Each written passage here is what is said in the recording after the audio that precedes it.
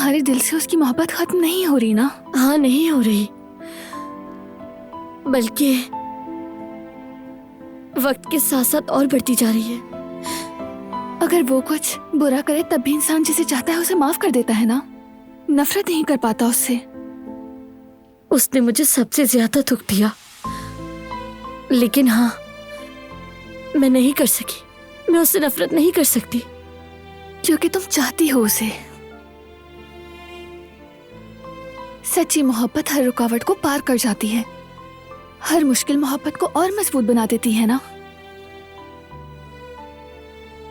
मेरी मोहब्बत की ताकत को मैं नहीं जानती,